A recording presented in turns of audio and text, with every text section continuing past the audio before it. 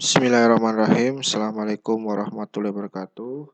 Bertemu lagi dengan Pak Guru di mata pelajaran pemeliharaan kelistrikan kendaraan ringan ya.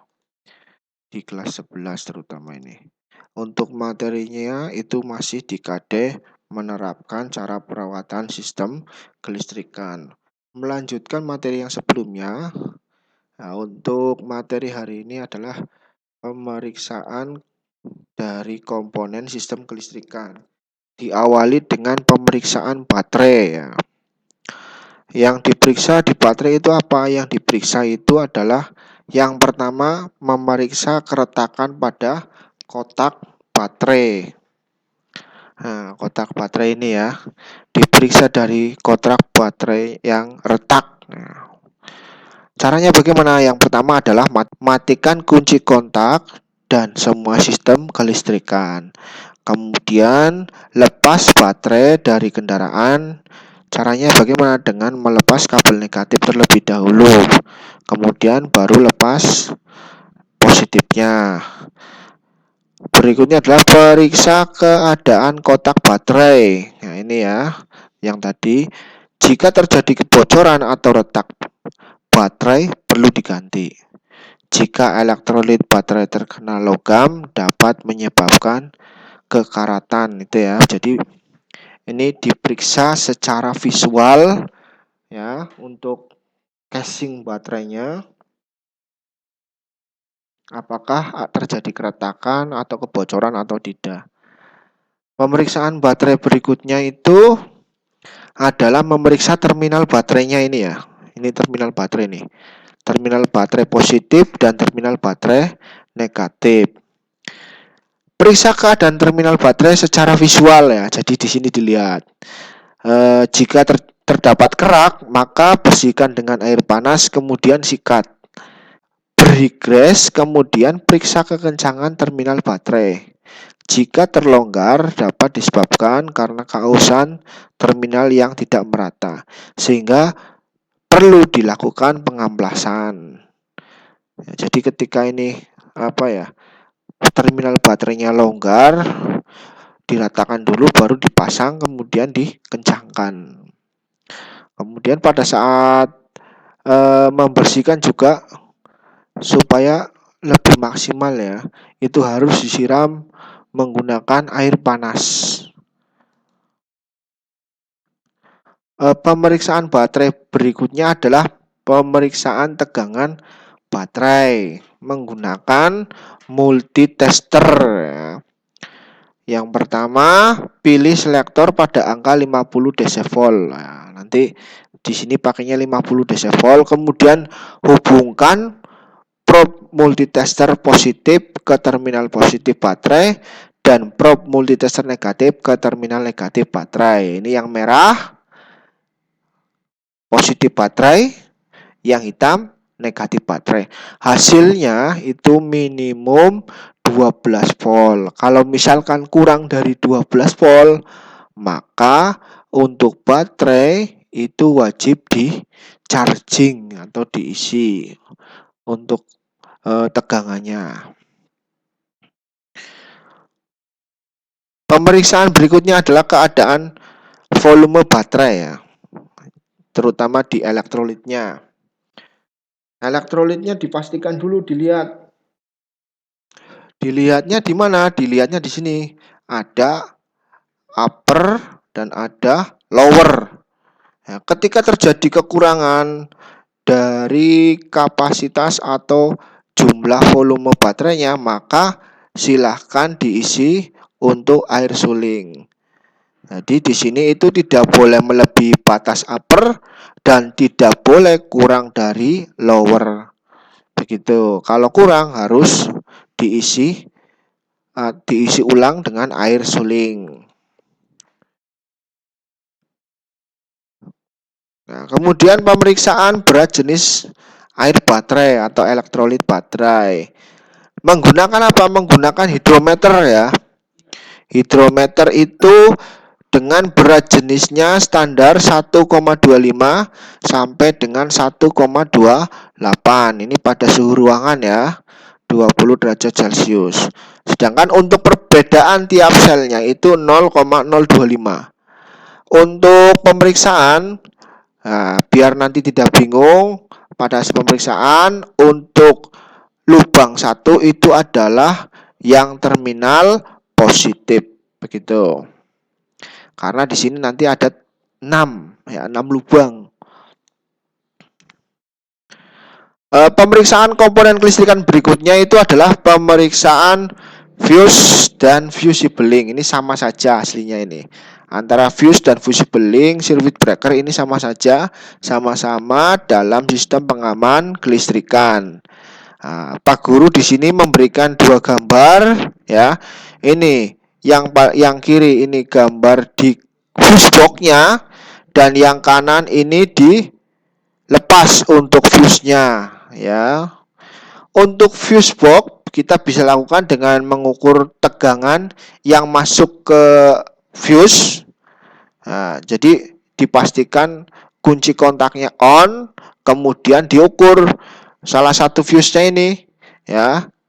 Nah, salah satu fuse-nya itu nanti menggunakan probe merah atau positif dan yang negatifnya ke massa. Ketika hasil pengukurannya itu 12 volt atau lebih, berarti kondisi dari fuse itu masih baik.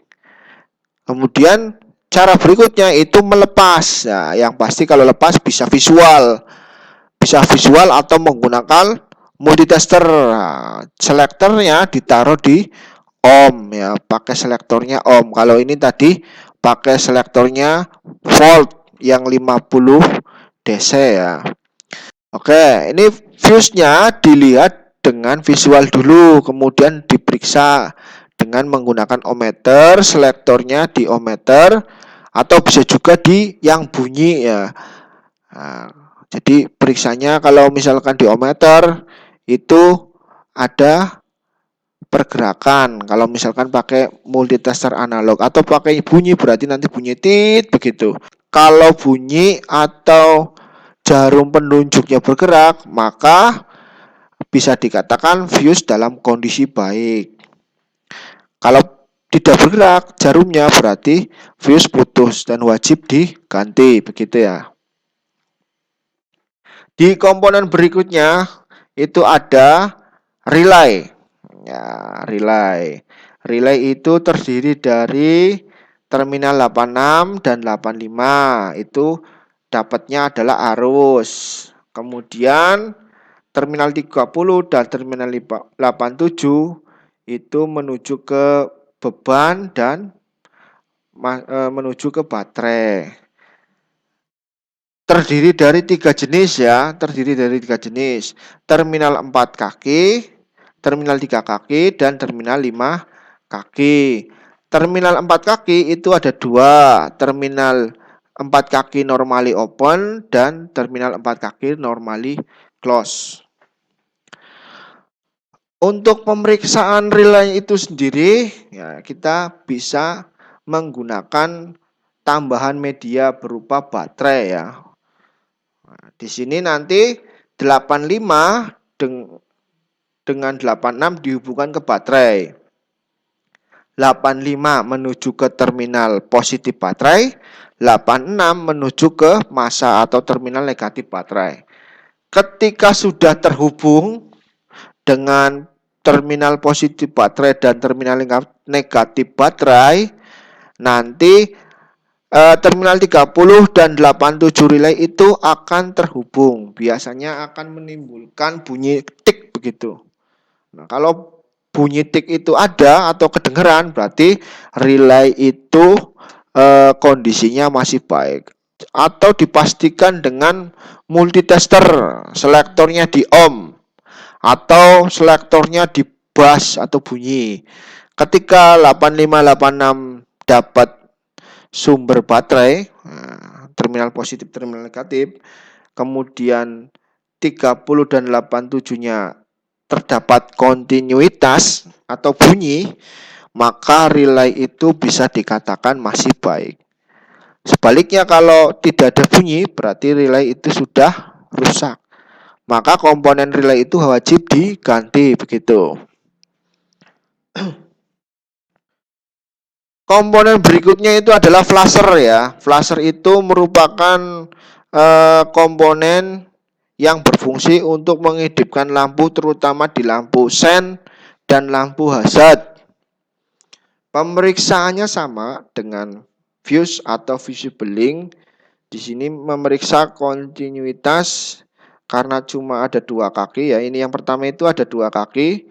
Maka ketika kedua terminal itu terdapat kontinuitas, maka flasher itu dalam kondisi flasher tiga kaki ya.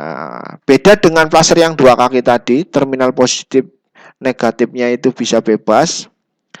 Flasher tiga kaki itu terdapat tiga terminal, yaitu B itu baterai, L itu beban, dan E itu massa.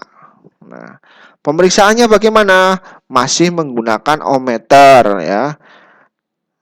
Jadi nanti jika hubungan antara terminal B dan E identifikasi jarum bergerak, maka flasher dalam kondisi aman. Sebaliknya kalau tidak bergerak berarti kondisi tidak aman atau kurang baik, wajib diganti. Kemudian periksa hubungan antara B dan terminal L. Jika jarum tidak bergerak, ya, maka flasher dalam kondisi aman. B dan L, baterai dan beban, ya, malah tidak bergerak begitu ya. Bisa dikatakan flasher itu dalam kondisi aman. Catatan, ganti flasher apabila tidak sesuai dengan spesifikasi. Rangkai sumber arus positif baterai dengan terminal B dan massa. Jika L dihubungkan dengan tes lamp yang menuju beban, maka lampu akan menyala. Jika tidak, gantilah flashernya. Ini catatannya ya. Pemeriksaan komponen kelistrikan berikutnya itu adalah pemeriksaan saklar atau terminal kunci kontak. Ya, pada terminal kunci kontak itu ada keterangannya ya. Ada lock, ada ACC, ada on, ada starter. Kemudian di bagian belakangnya itu ada B, ada ACC, ada IG, ada ST. Bagian depan, posisi lock itu digunakan untuk mengunci ya. Jadi tidak ada terminal yang terhubung. Kemudian bagian B atau baterai. Nah, terminal ini adalah yang menuju ke sumber arus atau positif baterai. Untuk ACC, aksesoris. Nah, terminal yang dipergunakan untuk menyuplai arus ke sistem kelistrikan tambahan seperti audio video, tape atau yang lainnya. IG, ignition, terminal yang dipergunakan untuk menyuplai arus ke sistem pengapian, sistem pengisian dan solenoid pada sistem bahan bakar. Jadi ini yang masuk menuju ke IG itu adalah yang pakai kunci kontak. Yang terakhir itu adalah starter ya. Starter itu nanti menuju ke terminal starter. Cara kerja dari kunci kontak itu ya, ini bisa dilihat di tabel ya. Ketika off itu tidak ada yang terhubung antara B, ACC, IG atau ST. Kemudian ketika ACC maka baterai dengan aksesoris itu terhubung. Ketika kunci kontak on, nah atau kunci kontaknya IG, maka yang terhubung itu adalah baterai, aksesoris, kemudian ignition. Nah, sedangkan ketika starter, ya, yang terhubung itu baterai, IG, dan starter. Ini tidak ada terhubung di aksesoris begitu. Nah, ini bisa digunakan untuk pemeriksaan kunci kontak itu normal atau tidak. Pemeriksaan komponen kelistrikan berikutnya itu adalah konektor ya.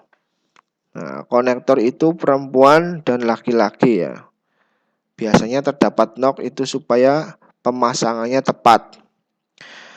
Gangguan yang sering terjadi pada konektor itu adalah kontak dalam kondisi kurang baik atau terminal dalam kondisi kurang baik karena pin tidak terdorong merata. Ini ya, pinnya tidak terdorong merata. Sambungan antara konektor longgar, baik yang perempuan maupun laki-laki, saat konektor tidak ditekan sehingga terkunci atau konektor dalam kondisi rusak. Terdapat karat, kotoran atau air masuk dalam konektor sehingga terjadi bisa saja korsleting, bisa saja konektornya tidak terhubung karena karat, begitu ya. Nah, cara pemeriksaan dari konektor itu adalah yang pertama periksa tahanan kontak. Nah, tahanan kontak, dua-duanya ini ya. Pemeriksaan dapat dilakukan dengan menggunakan ohmmeter dengan cara memasukkan probe ohmmeter pada bagian belakang konektor. Ya. Jika pada akhirnya terminal tersebut kotor, aus atau kendor, kemungkinan terjadi adalah cara memasukkannya kurang tepat. Nah, gantilah konektornya apabila menghasilkan tahanan 1 ohm atau lebih. Ini misalnya bisa di bagian belakangnya.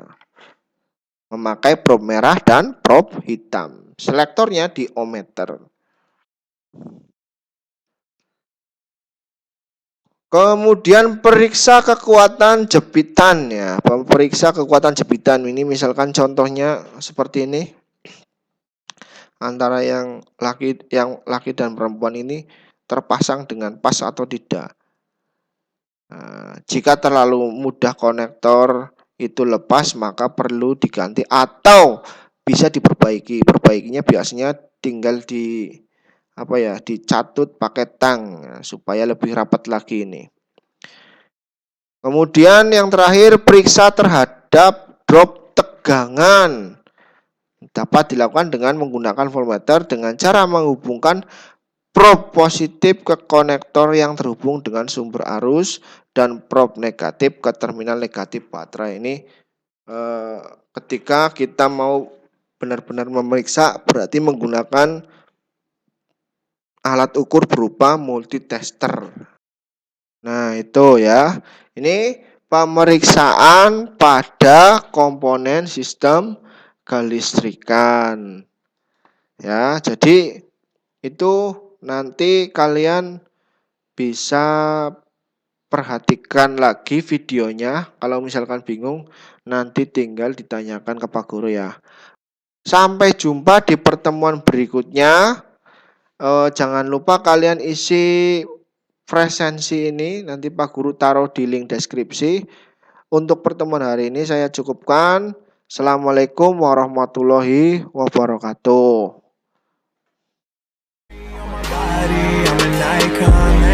Girl about a 10, I should fuck her in a Benz.